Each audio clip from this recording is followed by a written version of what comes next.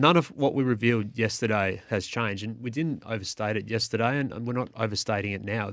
This is just the reality of where it sits in terms of the other clubs making their decision on how hard they pursue this option now, given there's layers to it, because he's also got 7 years to go on a contract that's going to be worth more than $1 million a year. And what type of deal would actually satisfy Melbourne to be able to make a move on this? And what would Melbourne then do in the follow-up to that? So there's a lot of different considerations a part of it, but Melbourne hasn't told rival clubs that they're going to move him. That hasn't happened.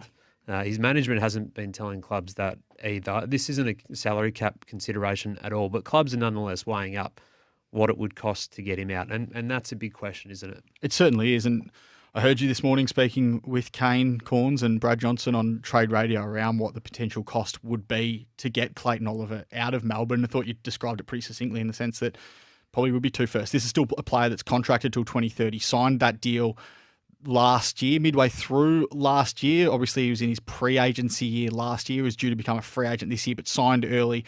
7-year contract that would take him through to 2030. So still a lot of years left on that contract. And for all of the frustrations that Clayton Oliver had this year in terms of his fitness and his availability, played 15 games, missed 10 weeks with a hamstring injury and that blister on his foot that became infected, still a player that averaged more than 30 disposals a game, averaged nearly 7 tackles and 7 clearances a game, still genuinely one of the elite midfielders of the competition. So it's not one of these situations where Melbourne is looking to get rid of him for absolutely nothing. I think there's still top dollar that you'll have to pay to prize Clayton Oliver out of Melbourne, but I think clubs are sensing an opportunity that they could potentially do it if the deal is right. Yeah, that's the control that you actually get as well as a footy club with a long-term contract, that you get the decision. And Clayton's got a decision here as well if a club does come as well. He's part of that. His contract that he can say, and there's been plenty of players say it before as well over the years where they've wanted to stick fat if a club has come for them or different scenarios around that. But people will question the long-term deal and everyone's entitled to their view. But, you know, they're around the competition. Collingwood just won a premiership with Josh Dacos signed to 2030, Nick Dacos signed to 2029, Darcy Moore to 2028, and Dan McStay helped them win a prelim and get there and would have played in the premiership, and he signed to 2027. Long-term deals in this case give the club some control over the situation as well. If he was a free agent and it was coming to the end of his free agency year, which this is, he signed his deal in the middle of last year as a pre-agent. But if he was a free agent now, they'd be getting pick 15 for him if he was to depart. Yeah. And just be at the mercy of the free agency compensation system and nothing else. So unless there's a full-blown competition-wide amnesty on I was just about to say an amnesty. Long-term deals, the club that doesn't offer them won't bring in good players and they won't be able to keep good players. So, you know, it's like, you see a house auction, a 2-bedroom apartment in Prahran goes for 1.3 mil.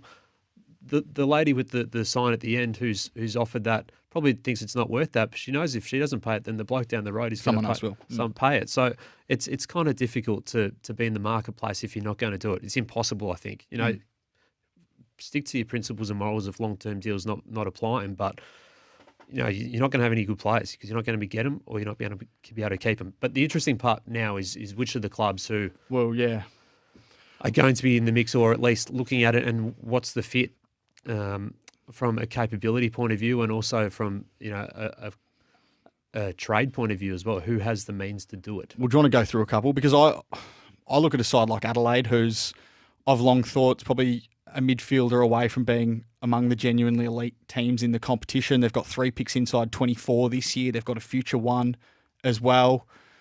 You've got Shane McAdam, who's obviously requested a trade to Melbourne. So there's one potential outfit, but there's a number of them that could be in that mix, I think. Yeah, I think I look at all the clubs as being from that sort of 7 to 12 range of the draft. There's the Crows, the Bombers, Sydney, Geelong, St Kilda. All of these clubs have selections in there that are going to be, you know, pretty handy picks in that point of the draft. And also they obviously all at the moment hold their future first round picks. And I think it would take at least 2 first round picks to get him out. Yeah. To make Melbourne even. And all of those sides you just mentioned have first round picks this year, have top 12 picks. Yeah, they do. Adelaide's got picks, pick 9.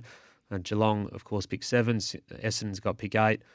Sydney's in there as well at pick 11. St Kilda pick 12. And we know that a couple of those clubs have been looking for midfielders.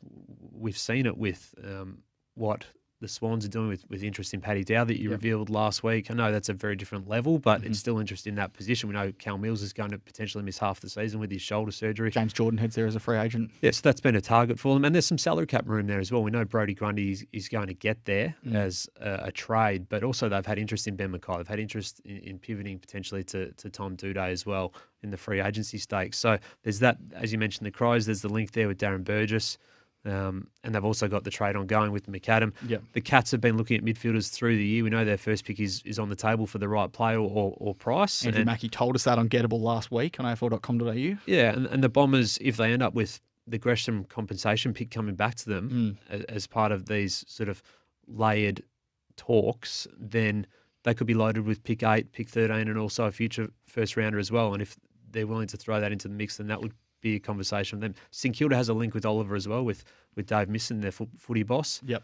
Obviously, the most links, though, Oliver has are at Melbourne. And that's where you need to actually, if it's going to shift the needle, it's going to have to be a pretty strong deal. And that's where our reporting hasn't changed as of yesterday. No. The clubs are still weighing up what they are willing to put forward and place on the table, and if they're willing to go there to make this one happen, because it is a unique situation when a player's got 7 years on a current deal. And the other thing that we reported as part of that, there's still no indication as to whether or not Melbourne would be willing to trade him, whether or not Clayton Oliver would want to go. And both clubs in this instance hold the whip hand a little bit, because if Melbourne doesn't want to go, he's held to a contract. If Clayton doesn't want to go, he's got a contract at Melbourne. So both of those clubs would need to be satisfied. Parties. Yeah, both those parties, yeah. Parties, sorry. And Melbourne's draft hand as well is part of this conversation too. And currently have pick 5, pick 13, pick 25, pick 33, and they've, of course, got their future first rounder as well. So if they can get another top 10 pick in for Oliver, that then makes them, they're already a dangerous club with a handful of selections. Well, I was going to ask you this. When do you reckon the first time you reported that they would be a club in the mix to get up to pick number 1? That would have been I think it was March. May. It would have been March, April, May, around that time. Like, this is something that's been on their agenda and in your reporting for such a long period of time. I think, yeah, they not only were they sort of got the hand of the 2 first rounders this year and the future first, but they also, when pretty early on in the season, Fremantle's struggles started to come to the fore. And that Fremantle pick that came via Luke Jackson last year started to sort of sit around that bottom rung of the ladder. Then it became clear that they could be in a package mood. And they've tried to package up picks before. They threw a lot of picks at the Bombers last year for their pick to go and grab Bailey Humphrey. Didn't end up that way, but you've got to be in it to win it. And that's why I think if they do get a top 10 pick for him and this does progress, and I think that's still a fair way off. I still think that's a fair way off happening. But we're talking about the step 3, 4 and 5 here. If you head into the trade period with 3 picks from 5, somewhere in between 5 and 10 or 11, and then 13, what does that allow you to do with bundling up picks, either to get Gold Coast pick or to get the ultimate in pick number 1? And West Coast, we had Rowan O'Brien on the show yesterday, and they're in a position where they just have to wait. He's got the best job in footy at the moment in the sense that he can sort of sit back and just say, hey, come to me. I'm not going to anyone. You guys come to me. And there's a lot happening at the top of the draft. And this is why nothing is isolated in the trade period, because you have to know, and that's why list managers and recruiting teams work so closely, and some clubs vary their roles, but it's so important to be hand in hand, because you've got to know what the players are like right at the top of the pool and throughout the pool when you're moving around picks and potentially shuffling around positions, because there's a desirable group there at the top of the draft this year. There's no doubt about that. It is a very desirable group. You know more about that space than anyone, Cal. So I reckon we might take a quick